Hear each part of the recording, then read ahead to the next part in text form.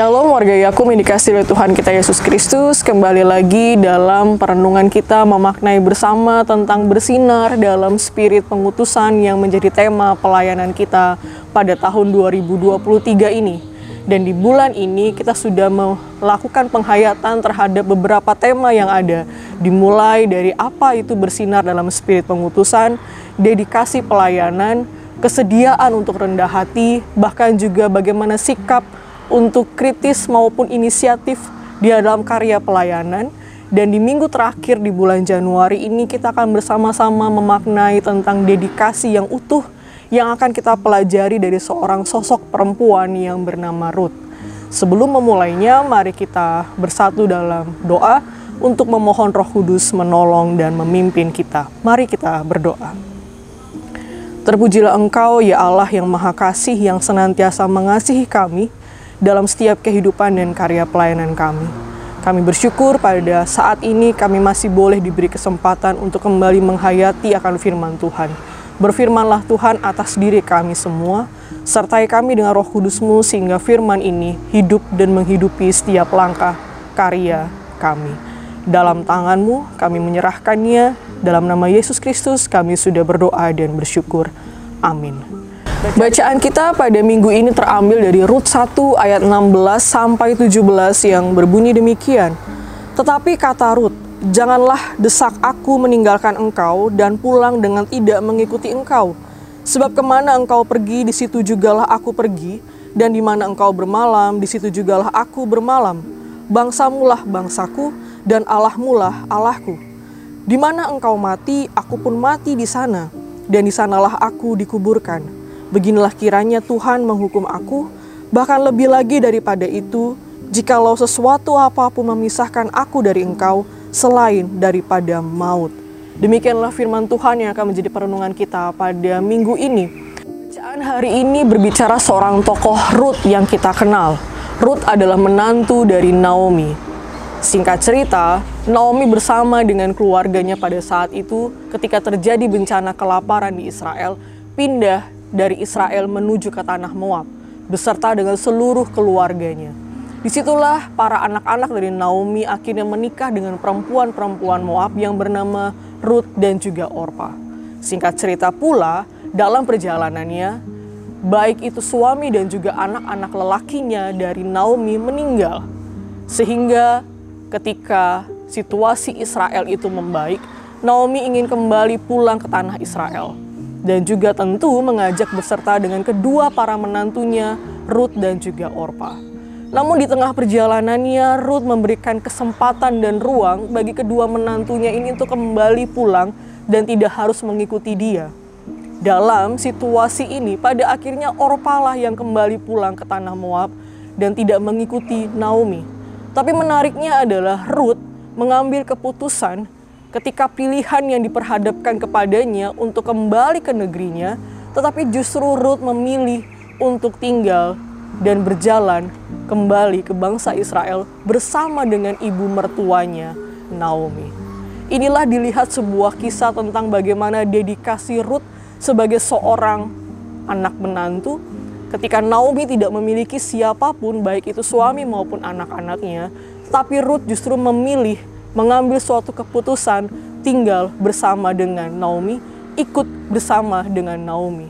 Kisah ini memberikan gambaran bagaimana tentang dedikasi Ruth yang utuh. Dilihat dari mana? Kita bisa melihatnya secara fisik. Ruth mengambil keputusan untuk tinggal, pergi dari Moab dan kembali bersama-sama dengan Naomi, tinggal bersama suatu bangsa yang mungkin bukan menjadi budaya bangsanya sendiri, tapi secara fisik, Ruth mengambil keputusan untuk hidup bersama, bahkan sampai mati nantinya bersama-sama dengan mertuanya. Hal yang kedua yang kita lihat secara utuh, ketika Ruth mengambil keputusan untuk mengikuti Naomi, Ruth memiliki keputusan bagaimana dia juga mengelola kondisi psikisnya. Kondisi mental dalam perubahan pasca kedukaan, kondisi mental ketika ia harus beradaptasi dengan situasi yang baru di tanah Israel yang tentu pasti berbeda. Bapak Ibu sekalian, pengalaman saya adalah sejak kecil saya tinggal beberapa kota di Indonesia. Saya pernah tinggal di Balikpapan hingga umur kira-kira usia SMP begitu ya. Lalu kami pindah ke Jakarta 2 tahun dan saya pindah ke Madiun dan kemudian saya pindah karena untuk sekolah kuliah di Yogyakarta. Dalam kondisi perubahan beradaptasi itulah secara mental dibutuhkan. Kita bisa membayangkan bagaimana Ruth pasca kedukaan, mental yang ia siapkan untuk berpulih, mental itu pula yang dia siapkan untuk beradaptasi pada situasi yang baru. Hal lain yang kita lihat bicara soal keutuhan apa yang dilakukan oleh Ruth adalah sosial. Pernyataan Ruth dalam ayat 16, bangsamulah bangsaku. Ini menyatakan, menggambarkan suatu perpindahan, bagaimana Ruth menyatakan dan melihat bahwa bangsa dari Naomi itu adalah bangsanya juga. Secara sosial, adaptasi bangsa yang dilakukan oleh Ruth itu juga menunjukkan bagaimana kesediaan dan pilihan bahkan keputusan dari Ruth. Hal terakhir bicara soal spiritual, Ruth juga menyatakan dalam ayat 16-nya, Allahmulah Allahku. Jelas ini menjadi sebuah perpindahan, sebuah transformasi adaptasi bagaimana Ruth akan bersama-sama menjunjung atau memuliakan Allah dari Naomi yang memang berlatar belakang dari bangsa Israel. Dari sini kita boleh menyimpulkan, warga Yakub dikasihi Tuhan, Ruth mencoba menampilkan sebuah dedikasi yang utuh, baik fisik, psikisnya, sosialnya, dan juga spiritual. Lalu apa dedikasi itu? Dalam KBBI, dedikasi diterjemahkan dengan pengertian sebuah pengorbanan tenaga, pikiran, waktu untuk keberhasilan suatu usaha atau tujuan mulia. Bahkan seringkali dedikasi ini diartikan sebagai sebuah pengabdian. Pengabdian Ruth inilah yang menjadi sebuah refleksi kita dalam menghayati, bersinar dalam spirit pengutusan. Lalu apa spirit pengutusan yang akan kita emban pada minggu ini? Bahwa dedikasi ini bukan bicara soal pelayanan saja, tapi bagaimana individu-individu yang ada di Yakub mendedikasikan hidupnya, pribadinya secara holistik. Dari mana? Mari kita mencontoh dan mencerminkan dari Ruth. Dedikasi yang holistik, dedikasi yang utuh sebagai individu di Yakub yang pertama adalah secara fisik. Hadir nyata, lakukanlah apa yang menjadi tugas kita saat ini.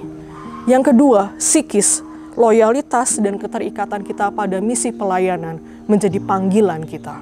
Dan yang ketiga, sosial. Mari kita membangun kolaborasi pelayanan. Kita lihat apa yang dilakukan oleh Ruth dan Naomi mencoba kembali kolaborasi dalam kehidupan mereka, menata kehidupan mereka kembali. Dan yang terakhir adalah spiritual.